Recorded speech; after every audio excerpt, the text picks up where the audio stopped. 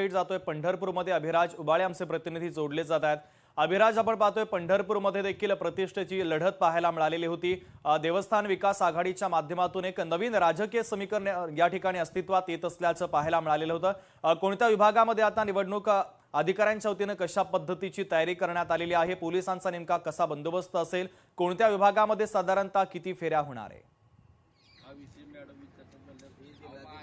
नक्कीच या ठिकाणी पंढरपूर नगर परिषदेसाठी 2 डिसेंबर रोजी मतदान पार पडलं आणि आज याची मतमोजणी होणार आहे। या ठिकाणी आपण बघू शकताय पोलिसांचा तगडा बंदोबस्त 2 डिसेंबर पासून या ठिकाणी आजपर्यंत ठेवण्यात आलेला आहे।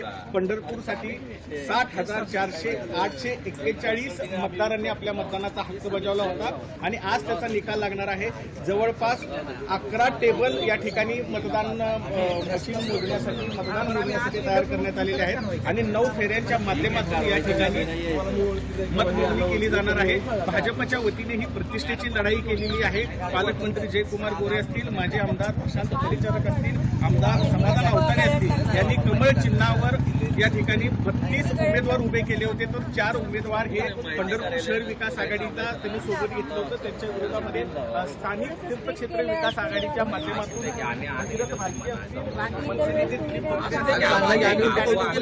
निश्चितच अभिराज, अत्यंत महत्त्वाचे अपडेट तुम्ही पोहोचवलेले आहे। लोकशाही मराठी ऐका, पहा, जागरूक रहा।